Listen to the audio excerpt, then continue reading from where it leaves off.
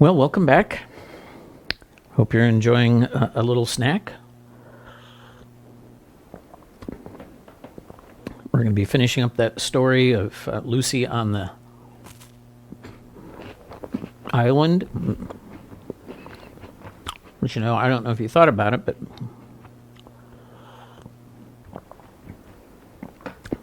what do you think Lewis was trying to say when he had Lucy question Aslan that anything she could do would have made him visible? And Aslan replies, "Child, did you not think I would obey my own rules?" It's one of the things I love about the Chronicles of Narnia. Lewis has lots of lessons in there that he doesn't have to necessarily hit us over the head with. Chapter 11, The Dufflepuds Made Happy. Lucy followed the great lion out into the passage, and at once she saw coming towards them an old man, barefoot, dressed in a red robe. His white hair was crowned with a chaplet of oak leaves, his beard fell to his girdle, and he supported himself with a curiously carved staff. When he saw Aslan, he bowed low and said, "Welcome, sir, to the least of your houses." "Do you grow weary, Coriacan, of ruling such foolish subjects as I have given you here?" "No," said the magician. "They are very stupid, but there is no real harm in them. I begin to grow rather fond of the creatures. Sometimes, perhaps, I'm a little impatient, waiting for the day when they can be governed by wisdom instead of this rough magic." "All in good time, Coriacan," said Aslan. "Yes, all in very good time, sir," was the answer. "Do you intend to show yourself to them?" "Nay," said the lion, with a little half-growl that meant, Lucy thought, the same as a laugh. "I should frighten them out of their senses. Many stars will grow old and come to take their rest in islands before your people are ripe for that. And today, before sunset, I must visit Trumpkin, the dwarf, where he sits in the castle of Cair Paravel, counting the days till his master Caspian comes home. I will tell him all your story, Lucy. Do not look so sad. We shall meet soon again." "Please, Aslan," said Lucy, "what do you call soon?" "I call all times soon," said Aslan, and instantly he was vanished away, and Lucy was alone with the magician. "Gone," he said, "and you and I quite crestfallen. It's always like that. You can't keep him. It's not as if he were a tame lion." "And how did you enjoy my book?" "Parts of it very much indeed," said Lucy. "Did you know I was there all the time?" "Well, of course I knew when I left the Duffers, let the Duffers make themselves invisible, that you would be coming along presently to take the spell off. I wasn't quite sure of the exact day, and I wasn't especially on watch this morning. You see, they had made me invisible too, and being invisible always makes me so sleepy. Hey-ho, there, I'm yawning again. Are you hungry?" "Well, perhaps I am a little," said Lucy. "I've no idea what time it is." "Come," said the magician, "all times may be soon to Aslan, but in my home all hungry times are 1 o'clock." He led her a little way down the passage and opened a door. Passing in, Lucy found herself in a pleasant room, full of sunlight and flowers. The table was bare when they entered, but it was, of course, a magic table, and at a word from the old man, the tablecloth, silver, plates, glasses, and food appeared. "I hope that is what you would like," he said. "I have tried to give you food more like the food of your own land than perhaps you've had lately." "It's lovely," said Lucy, and so it was. An omelet, piping hot, cold lamb and green peas, strawberry ice, lemon squash to drink with the meal, and of course a cup of chocolate to follow. But the magician himself drank only wine and ate only bread. There was nothing alarming about him, and Lucy and he were soon chatting away like old friends. "When will the spell work?" said Lucy. "Will the Duffers be visible again at once?" "Oh, yes, they're visible now, but they're probably all asleep still. They always take a rest in the middle of the day." "And now that they're visible, are you going to let them off being ugly? Will you make them as they were before?" "Well, that's a rather delicate question," said the magician. "You see, it's only they who think they are not so nice to look at as before. They say they've been uglified, but that isn't what I'd call it.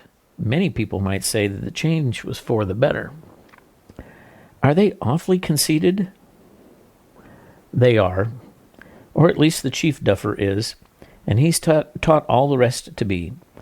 They always believe every word he says. We've noticed that, said Lucy. Yes, we'd better get on. We'd get on better without him in a way. Of course, I could turn him into something else, or even put a spell on him that would make them not believe a word he said. But I don't like to do that. It's better for them to admire him than to admire nobody. Don't they admire you? Asked Lucy. Oh, not me, said the magician. They wouldn't admire me. What was it you uglified them for? I mean, what they call uglified. Well, they wouldn't do what they were told. Their work is to mind the garden and raise food. Not for me, as they imagine, but for themselves. They wouldn't do it at all if I didn't make them. And of course, for a garden, you want water.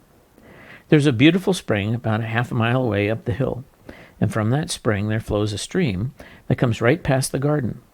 All I ask them to do is to take their water from the stream instead of trudging up to the spring with their buckets 2 or 3 times a day and tiring themselves out besides spilling half of it on the way back. But they wouldn't see it. In the end, they refused, point blank. Are they as stupid as all that? Asked Lucy. The magician sighed. You wouldn't believe the troubles I've had with them. A few months ago, they were all for washing up the plates and knives before dinner. They said it saved time afterwards. I've caught them planting boiled potatoes to save time cooking them when they are dug up. One day the cat got into the dairy and 20 of them were at work moving all the milk out. No one thought of moving the cat. But I see you finished. Let's go and look at the duffers now that they can be looked at. They went into another room which was full of polished instruments, hard to understand, such as astrotables, aerobies,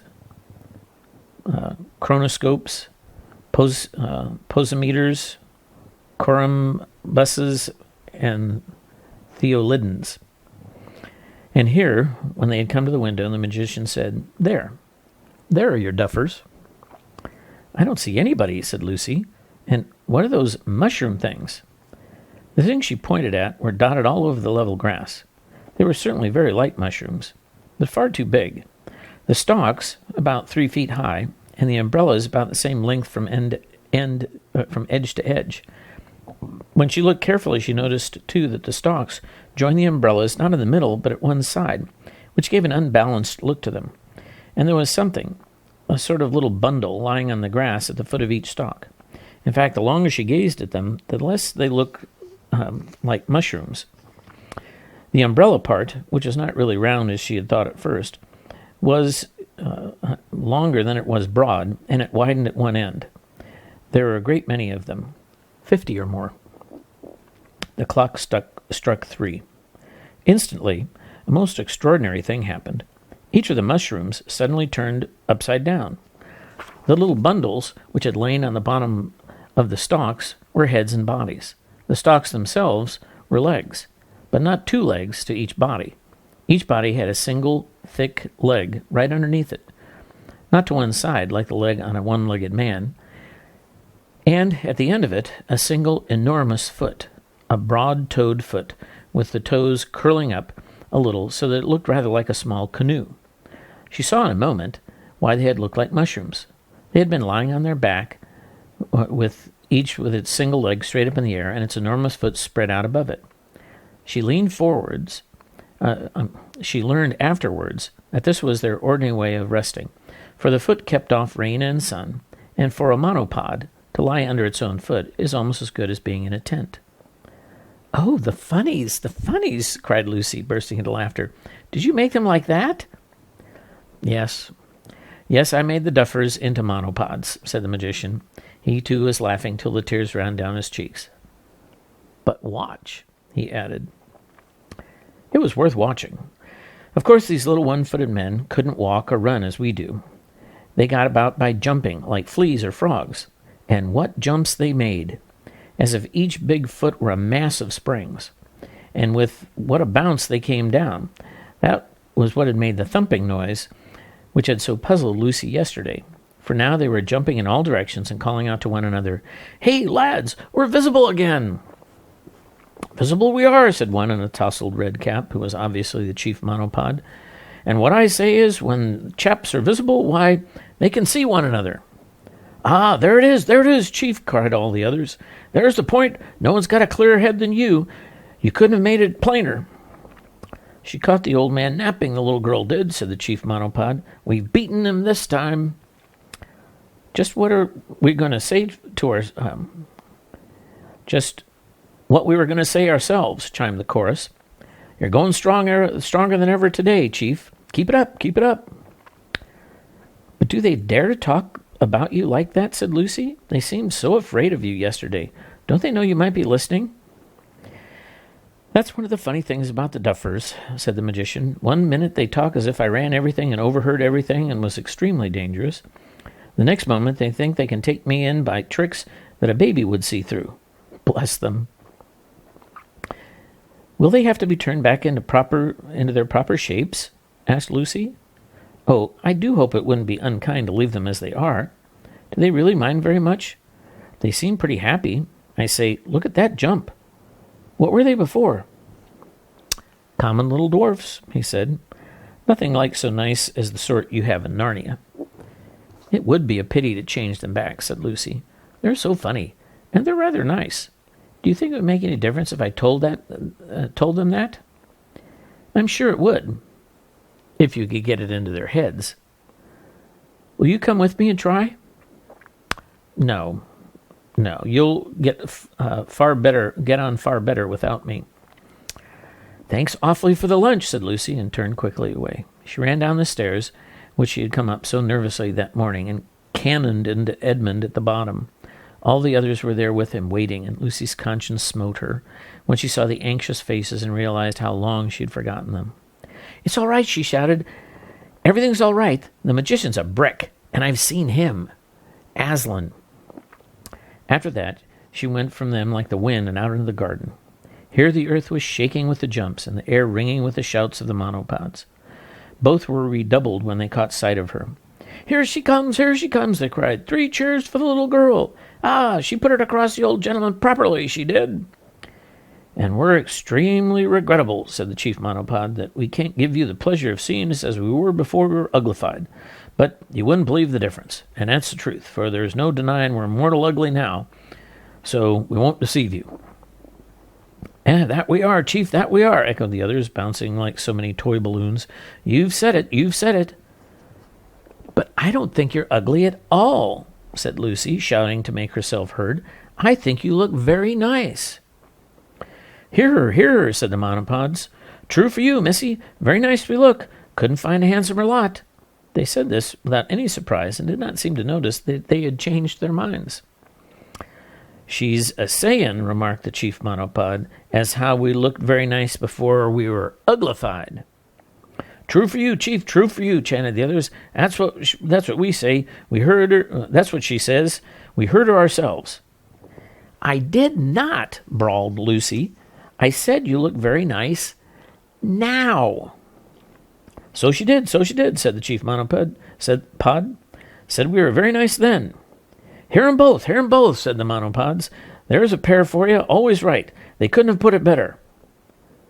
"But we're saying just the opposite," said Lucy, stamping her foot with impatience. "So you are, to be sure, so you are," said the monopods. "Nothing is like an opposite. Keep it up, both of you." "You're enough to drive anyone mad," said Lucy, and gave it up. But the monopods seemed perfectly contented, and she decided that on the whole the conversation had been a success. And before everyone went to bed that evening, something else happened, which made them all even more satisfied with their one-legged condition. Caspian and all the Narnians went back as soon as possible to the shore to give the news to Rince and the others on board the Dawn Treader, who were by now very anxious. And of course the monopods went with them, bouncing like footballs and agreeing with one another in loud voices, till Eustace said, "I wish the magician would have made them inaudible instead of invisible." He was soon sorry he had spoken, because then he had to explain that an inaudible thing is something you can't hear, and though he took a lot of trouble, he never felt sure that the monopods really understood. And what especially annoyed him was that they said in the end, he can't put the things the way our chief does. But you'll learn, young man. Hark to him. He'll show you how to say things. There's a speaker for you. When they reached the bay, Reepicheep had a brilliant idea. He had his little coracle lowered and paddled himself about in it till the monopods were thoroughly interested. Then he stood up in it and said, "Worthy and intelligent monopods, you do not need boats. Each of you has a foot that will do instead. Just jump as lightly as you can on the water and see what happens." The chief monopod hung back and warned the others that they'd find the water powerful wet, but one or two of the younger ones tried it almost at once, and then a few others followed their example, and at last the whole lot did the same. It worked perfectly. The huge single foot of a monopod acted as a natural raft or boat, and when Reepicheep had taught them how to cut rude paddles for themselves, they all paddled about the bay and round the Dawn Treader, looking for all the world like a fleet of little canoes with a fat dwarf standing up on the extreme stern of each. And they had races, and bottles of wine were lowered down to them from the ship as prizes, and the sailors stood leaning over the sides, laughing till their sides ached. The Duffers were also very pleased with their new name of monopods, which seemed to them a magnificent name, though they never got it right. "That's what we are," they bellowed. "Moneypuds, pomamods, pottymons. Just what was on the tip of our tongues to call ourselves." But they soon got it all mixed up with their old name of Duffers, and finally settled down to calling themselves the Dufflepuds, and that is what they will probably be called for centuries. That evening all the Narnians dined upstairs with the magician, and Lucy noticed how different the whole top floor looked now that she was no longer afraid of it. The mysterious signs on the doors were still mysterious, but now as they looked as if they were kind and cheerful meanings, and even the bearded mirror now seemed funny rather than frightening. At dinner everyone had by magic what everyone liked best to eat, and after dinner the magician did a very useful and beautiful piece of magic. He laid 2 blank sheets of parchment on the table and asked Drinian to give him an exact account of their voyage up to date. And as Drinian spoke, everything he described came out on the parchment in fine, clear lines, till at last each sheet was a splendid map of the Eastern Ocean, showing Galma, Terabithia, the 7 Isles, the Lone Islands, Dragon Island, Burt Island, Deathwater, and the land of the Duffers itself, all exactly the right sizes and in the right positions. They were the first maps ever made of those seas, and better than any that have been made ever since without magic.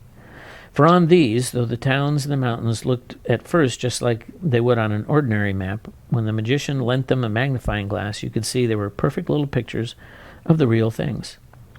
So you could see the very castle and slave markets and the streets in Narrowhaven, all very clear, though very distant, like things seen through the wrong end of a telescope. The only drawback was that the coastline of most of the islands was incomplete, for the map showed only what Drinian had seen with his own eyes. When they had finished, the magician kept one himself and presented the other to Caspian. It still hangs in his chamber of instruments at Cair Paravel. But the magician could tell him nothing more about seas or lands further east. He did, however, tell them that about 7 years ago a Narnian ship had put into his waters, and that she had on board the Lord Revelian, Argaz, Mavramorn, and Roop. So they judged that the golden man they had seen lying in Deathwater must have been the Lord Restamar. Next day the magician magically mended the stern of the Dawn Treader, where it had been damaged by the sea serpent, and loaded her with useful gifts. There was a most friendly parting, and when she sailed, 2 hours after noon, all the Dufflepuds paddled out with her to the harbor mouth, and cheered until she was out of sound of their cheering. So that's the story of the Dufflepuds. Have a good evening.